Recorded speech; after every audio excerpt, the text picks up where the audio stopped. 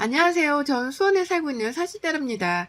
결혼한 지는 올해로 9년 차가 되었지만 저희 부부에게 아기는 없어요. 제 모든 사연을 여러분들께 천천히 들려드리려고 하는데 이게 뭐라고 이렇게 떨리는지 모르겠습니다. 그럼 천천히 여러분들께 제 사연을 들려드리도록 할게요. 저는 남편과 20대에 만났고 3년 정도 연애를 하다 결혼했습니다. 처음 남편과 결혼할 때만 해도 제게 무슨 일이 벌어질지 몰랐어요. 꼭 결혼을 한 후 불행해졌다고 말하고 싶진 않지만 또 그게 아니라고 말할 수도 없기는 합니다.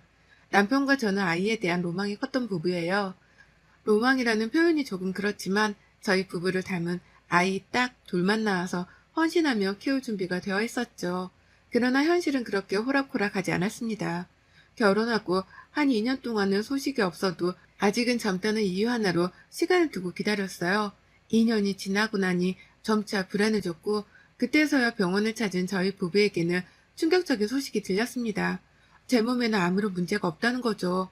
그렇다면 혹시 남편에게 문제가 있냐는 제 물음에 주치의는 차마 선뜻 말을 하지 못하고 머뭇거리다 말을 했습니다. 저희 남편이 무정자증이라 아이 갖는 건 쉽지 않을 것 같다는 거죠. 한마디로 그냥 포기하고 살려는 말인데 상상도 못했던 일이라서 그런지 너무 아프더라고요. 어떻게 이럴 수 있는지 말도 안 된다며 정말 확실하냐고 묻고 또 물었습니다. 그 이후에 다른 병원도 여러 곳을 갔지만 모두 같은 소견을 말씀해 주셨고 포기를 해야 했어요. 남편은 제가 얼마나 아이를 원했는지 잘 알고 있었기에 허무함에 빠져있는 저를 보며 힘겨워했습니다. 여보, 정말 미안해. 내가 뭐라고 말해야 할지 정말 모르겠는데 솔직히 나도 지금 너무 충격적이라 생각 정리가 쉽지 않네. 그렇겠지. 근데 나도 그래. 예상치도 못한 얘기를 들은 거라 막막하고 답답해. 대체 이걸 어떻게 받아들여야 할지 나 솔직히 잘 모르겠어. 우리가 아이를 얼마나 원하는지는 서로가 너무 잘 알고 있잖아. 특히 당신은 정말 아이를 원했는데 감히 내가 그런 당신을 붙잡고 있는 게 맞나 싶어. 정말 원치는 않는다는 이 말도 이기적인 거 아는데 당신이 원하면 놔줄게. 그렇게 무책임한 말이 어딨어. 그렇게 말하면 뭐 멋있어 보일 줄 알아? 적당히 좀 해. 지금 내 속은 속이 아닌데 당신 혼자 그렇게 멋진 척하고 내가 너를 위해 놔줄게 이러면 뭐가 해결이 나니? 정말 싫지만 당신이 원하면 놔주는 게 맞다고 생각해. 그래? 그럼 당장 이혼하자. 내일 바로 서류 제출하자. 여보, 자신도 없으면서 왜 그딴 말을 함부로 해? 어떻게 해결할지 대화를 해야지. 당신 혼자 그렇게 말하면 뭐 속이 좀 편하니? 시끄럽고 아이 없어도 살 수 있도록 서로 노력을 해보자. 둘이 좋아서 결혼한 건데 아이를 낳을 수 없다고 이혼하는 건 너무 말도 안 돼. 정말이야? 고마워 여보. 내가 평생 잘할게. 남편과 저는 갑작스럽게 닥친 이 상황을 현명하게는 해결하지는 못했지만 그래도 나름대로 해결하고자 노력은 했습니다. 남편은 저를 위해서 놔주고 싶다는 말을 했지만 그 말조차도 저는 모순이라고 생각을 했죠. 또 아이를 낳을 수 없다는 이유로 그렇게 사랑해서 평생을 함께하기로 결심한 저희 부부가 헤어지는 건 웃기잖아요. 결국 그렇게 원했던 아이는 품에 안아보지도 못하게 되었지만 남편과 함께라면 문제도 아니라고 생각을 했습니다. 그렇게 남편과 새로운 인생을 맞이하게 되었죠. 양가의 이 사실을 말씀드리는 게 솔직히 쉽지는 않았어요. 그치만 결혼한 지가 꽤 지났는데 아이 소식이 없으니 시댁에서 닥달을 하는 상황이었습니다. 너희는 결혼한 지가 언젠데 아직도 애 소식이 없냐? 부부 사이가 안 좋니? 네? 아, 그런 건 아니고 저희가 다 계획이 있어요, 어머님. 그 계획이 대체 뭐길래 여태 손주를 안겨주지도 않냐고? 말을 해줘야 알지. 요즘 손주를 혼수로 해오는 며느리도 많던데 너는 어찌 나이가 점점 들어가면서 애 낳을 생각이 없는 거야? 엄마 그만 좀 해.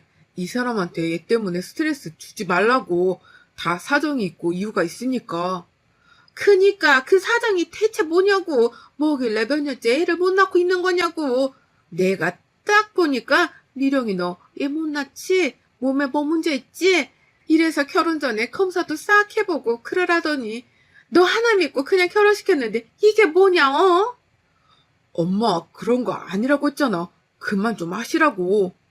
뭘 아니야. 그럼 왜 솔직하게 말을 못하는데 어디 말을 해봐. 여보, 그만해. 당신 지금 너무 흥분했다. 어머님, 답답하실 거 아는데 저희가 말을 못하면 그만한 사정이 있지 않을까요? 이해 좀 해주세요. 때가 되면 어련히 알아서 말씀드릴 테니까. 에라이 썩을 거사. 시집와서 애도 못 낳는 게 입만 살아서 나불거리는 꼴하고는 다 필요 없다. 다 필요 없어. 시몬은 늘 이런 식으로 손주를 안겨주지 않는 저를 무척이나 미워했어요. 그러면 늘 가운데 있는 남편이 더 흥분하고 분노해서 시모에게 뭐라고 했지만 저러다 무정자증 얘기가 나올까 노심초사했습니다. 솔직히 시댁에 말하는 거야 상관은 없었지만 손주를 애타게 기다리시는 친정집에 알리는 게 쉽지 않았어요. 시댁에서 이 사실을 알게 되면 친정집도 알게 되는 건 시간 문제라고 생각했으니까요. 어쩌면 저희 부부가 선택을 잘못한 걸 수도 있습니다. 처음부터 깔끔하게 말씀을 드리고 기대조차 못하게 하는 것도 나쁘지 않았죠. 그렇지만 그 말을 하기까지 입이 쉽게 떨어지지 않았습니다. 이 와중에도 시몬은 지인들 며느리와 저를 수없이 비교했고 모자르고 부족하다며 저를 탓하고 욕했어요. 이런 이유 없는 욕을 들어도 전 참았습니다. 제가 이렇게 욕을 먹고 있으면 남편이 더 힘들어했고 그 사람 속이 아니겠다고 생각을 했거든요. 그러다 결국 폭발하는 사건이 벌어졌습니다. 신모가 시댁으로 오라고 저희 부부를 불렀고 단순히 저녁을 먹으러 가는 건 줄 알고 갔어요. 그런데 그곳에는 시모의 가장 친한 지인과 지인의 며느리 그리고 며느리의 4살짜리 아들과 이제 막 2돌이 지난 딸이 있었습니다. 뭔가 딱 보자마자 느낌이 좋지 않았어요. 어렵게 식사를 시작했는데 아니나 다를까 무겁고 불편한 분위기가 이어졌죠. 실물이 훨씬 미인이네. 사진으로 보다 이렇게 보니까 왜 연예인 보는 것 같고 신기하다. 아, 네. 감사합니다. 석준아, 너는 이렇게 예쁜 와이프가 있는데 왜 애를 못 낳니? 어? 와이프가 이렇게 이쁘면 밤에 잠이 와? 절대 안 올 것 같은데 우리 며느리는 봐라. 터울 딱 좋게 아들 하나 딸 하나 이렇게 낳아주는데 얼마나 이쁜 줄 알아? 그러니 내가 우리 며느리를 머리에 이고 살잖니. 아우, 이모, 그런 소리 할 거면 그냥 갈 거예요. 불편하니까 하지 마세요. 이러려고 왔구만. 오랜만에 봐서 반가웠는데. 너희 엄마가 오죽 답답하면 우리를 불렀겠냐. 이유가 있으면 무슨 이유인지 말을 해줘야지.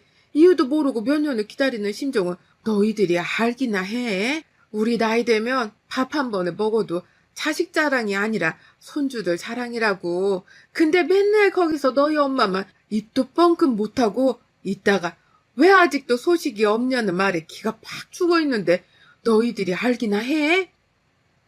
그렇죠. 아무래도 속 상하시죠. 그런데 저희도 힘들고 속상해요. 한두 번도 아니고 이렇게 압박받을 때마다 너무 힘들거든요. 거기다 며느리분까지 모셔서 저희 보란듯이 이런저런 만드는 것도 스트레스예요. 시모는 시모 지인을 앞세워서 저희 부부에게 압박을 제대로 했습니다. 마치 오늘은 꼭 단판을 지을 거라는 느낌이 강했어요. 이때 고민을 하긴 했습니다. 어차피 언젠가는 말해야 하는데 그냥 말할까 싶었어요.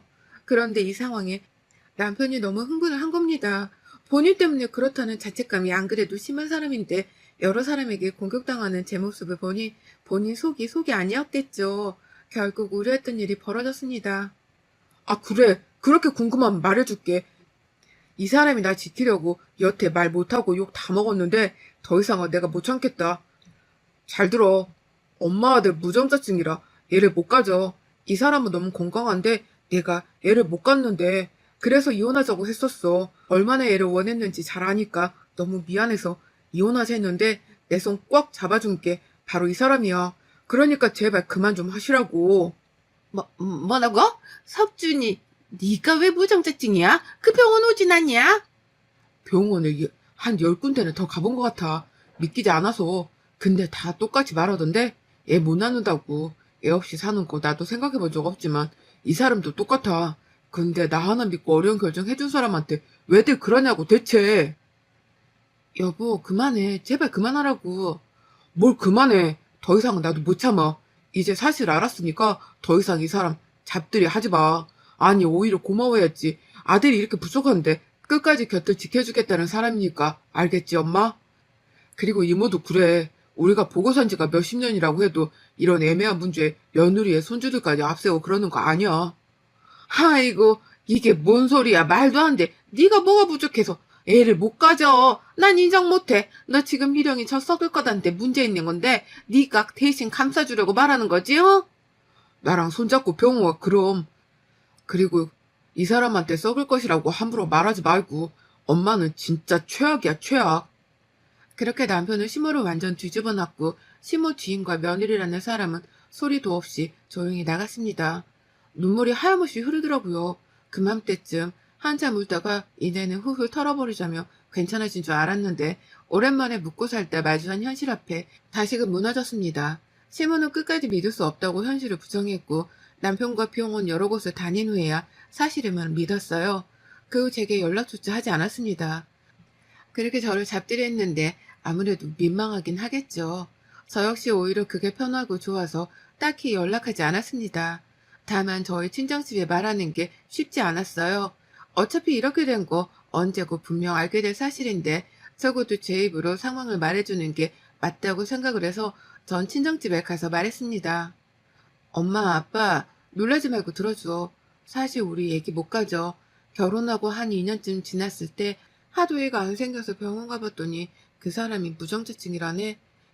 이 현실을 받아들이고 우리는 인정하고 지금껏 잘 살고 있는데 엄마, 아빠한테 말하는 게 쉽지가 않아서 망설여졌어. 너무 늦게 말해서 미안해. 그동안 기대 많이 했을 텐데. 이상하다고 생각했어. 그렇게 아이를 원하는 너가 여태 애 소식이 없다는 건 뭔가 문제가 있다는 생각이 들더라고. 그런데 그런 일이 있었구나. 진작 엄마한테라도 말하고 편하게 살지 그랬어. 미안해, 정말로 실망시켜서. 그게 왜 실망이야. 내 딸이 행복하면 그만인 거야. 우리는 걱정 말고 너희 부부만 잘 살면 돼. 생각보다 친정에서는 이 문제를 잘 받아주셨습니다. 모든 걸 다 공개하고 나니 오히려 속이 편하더라고요. 진작에 공개할 걸 그랬나 싶었죠. 이후 저희 부부는 같은 취미로 하려고 노력하고 있었고 또 지인들과 시간을 많이 보냈습니다. 아이가 없어서 슬프기도 했지만 자유로운 삶을 살 수 있고 늘 신혼처럼 살 수 있다는 게 좋았어요. 함께 여행도 자주 다니면서 그렇게 세상을 느껴보고 누리면서 살았습니다. 그러던 중 오래도록 다닌 회사를 정리하고 다른 곳에 아직 준비를 하고 있었어요. 뭔가 너무 한 곳에 오래 있기도 했고 이직을 하려는 그곳이 제가 원하는 느낌이 있던 곳이라서 욕심이 났습니다. 이직 준비를 하면서 시간이 많이 생겼죠. 이때 그동안 못했던 부모님 모시고 여행도 다니고 막 그랬어요. 너무 좋아하시는 모습을 보니까 죄송하더라고요. 진작에 모시고 여행도 다니고 할 것을 왜 이제서야 했나 싶었습니다. 그런데 이직을 하려고 한 그곳에서 결과가 좋지 않게 나왔고 우울했어요. 남편은 우울해하는 저를 보면서 이참에 쉬어가는 것도 좋겠다며 다급해 하지 말고 천천히 좋은 곳이 나올 때까지 쉬면서 생각을 해보라고 했죠. 생각해보니 한 번도 쉬어본 적이 없었던 저는 남편의 말을 긍정적으로 받아들였고 꽤 긴 휴가를 느껴보게 되었습니다. 그간 정말 해보고 싶었던 게 혼자 여행을 다니는 거였는데 남편이 허락을 해줘서 국내지만 이곳저곳을 누비며 여행을 다녔어요. 생각보다 아름다운 곳도 많았고 복잡하고 머리 아프던 일들도 모두 잊혀지는 듯 심신안정이 되었습니다. 딱 한 달을 그렇게 여행하고 돌아오겠다고 했으나 막상 여행을 하니 두 번 다시 없을 기회 같아 놓치기 싫었고 한 달을 더 연장했어요. 주말이면 중간중간 남편이 제가 있는 곳으로 와서 함께 놀다 가기도 했습니다. 제가 이렇게 행복하게 지내는 걸 보신 엄마께서는 큰 선물을 주셨어요. 재밌게 지내고 있어? 아픈 곳은 없고? 응, 너무 행복해. 우리 엄마랑도 나중에 한번 와보고 싶은 곳들이 너무 많아. 내가 다 기억해 둘게. 하나씩 같이 와보자, 엄마. 그래, 미령아. 엄마가 통장에 1,000만 원 보냈어. 뭐 엄청 큰 돈은 아니지만 이번에 갯돈 탄 건데 그거 너 써. 그동안 아이 문제를 소갈이 많이 했을 건데 이거라도 엄마가 선물 주고 싶어서. 뭐야, 엄마. 이렇게 큰 돈을 갑자기 주고 그래. 나 괜찮아. 써. 이 정도도 엄마가 못 해줄까? 그 돈으로 더 좋은 호텔 잡아서 호텔에서 여행하고 더 좋은 거 먹고 그래. 엄마께서는 딸인 저에게 모처럼 여유를 즐기는 이 상황에 더 행복하게 바라는 마음으로 갯돈을 통으로 주셨습니다. 너무 감사했죠. 이 사실을 남편에게 말해줬고, 물론 금액은 말하지 않았어요. 엄마가 세상에 갯돈 받은 걸 나한테 보내줬더라고. 여행하면서 더 좋은 곳에서 먹고 자라 하면서 근데 너무 아까워서 못 쓰겠는 거 있지. 아유, 딸 사랑이 역시 엄마인가 보다. 그런 엄마가 있어서 좋으시겠어요, 이미령 씨. 이참에 장모님 말씀처럼 돈 아끼지 말고 좋은 곳에 가서 먹고 자고 해봐. 너무 아끼면서 여행하면 아쉬움이 남는다, 당신. 그러려고 시간도 얼마 안 남았는데 이제는 호화로운 여행을 즐겨볼까 봐. 이렇게 믿고 보내주는 남편의 갯돈 쥐어주며 여유롭게 여행하라는 엄마까지 있으니 나 너무 행복하다. 이게 다 당신 복이야. 당신이 그만큼 잘하니까 돌아오는 거지. 남편과 친정엄마 덕분에 너무 행복하게 여행은 마무리했습니다. 그렇게 다시 현실로 돌아와서 취직을 했고 예전과 똑같은 일상을 보냈어요. 하루는 시모가 저를 따로 불렀습니다. 가분이 엄마 갯돈을 받아서 혼자 휴가를 다녀왔다며 제게 막 뭐라고 하는 거예요. 너 들어보니까 사돈한테 갯돈 받아서 혼자 휴가 보냈다며? 네 남편은 죽어라 일하는데 너 혼자 그렇게 돌아다니니까 좋디? 어? 좋았어? 네? 제 돈으로 여행한 거고 그 사람도 허락한 거예요. 중간에 엄마가 돈을 보내주신 거고요. 제가 제 돈으로 제 시간이 나서 휴가를 간 건데 왜 또 뭐라고 하세요? 왜 또 뭐라고 하냐고? 넌 그 말투 자체가 잘못된 거야. 사람 기분 더럽게 하는데 뭐가 있다니까. 너 지금 우리 아들 무정자증이라 애 못 낳는다고 무시하는 거 맞지? 네가 왕이라도 된 거 같냐? 웃기지 마. 웃기지 말라고. 대체 왜 그러세요? 정말. 그렇게 생각한 적도 말한 적도 없어요. 맞잖아. 그러니까 지 혼자 개돈까지 받아서 여행하고 다니지. 너 그 여행지에서 파란 핀 거 아니야? 어? 적당히 좀 하세요. 제발. 진짜 왜 그러세요? 그렇게 부럽고 배 아프면 어머님이 갯돈 들어서 여행을 가시던가 하세요. 제가 피해준 것도 없는데 왜 그러시냐고요. 잡들이나 하고 싶고 할 만한 이유는 없어서 뭐라도 이렇게 잡아서 괴롭히시는 건가요? 대단하시네요. 시모는 억지스럽게 저를 괴롭히기 시작했고 너무 힘겨웠습니다. 그러나 저도 참지 않고 대응을 했어요. 참아주고 눈 감아주니 끝을 모르는 시모의 행동이 너무 화가 났거든요.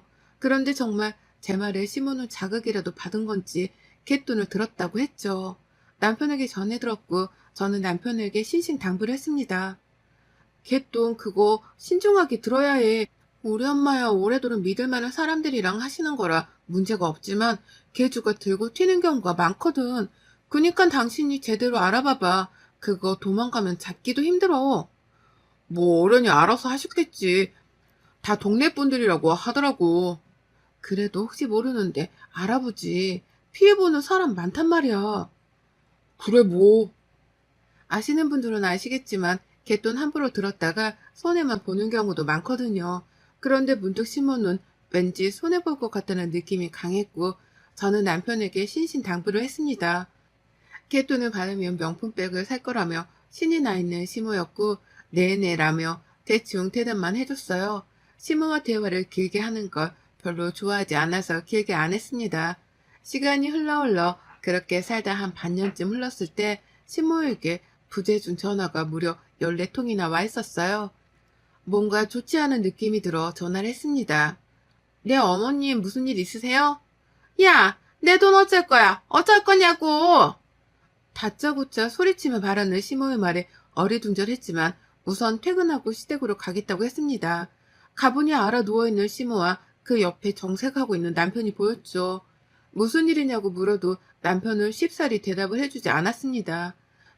한참 누워있던 시모는 벌떡 앉아서 말을 했습니다. 이게 다 너 때문이야. 개준현이 갯돈 들고 튀었는데 어떻게 책임질 거야?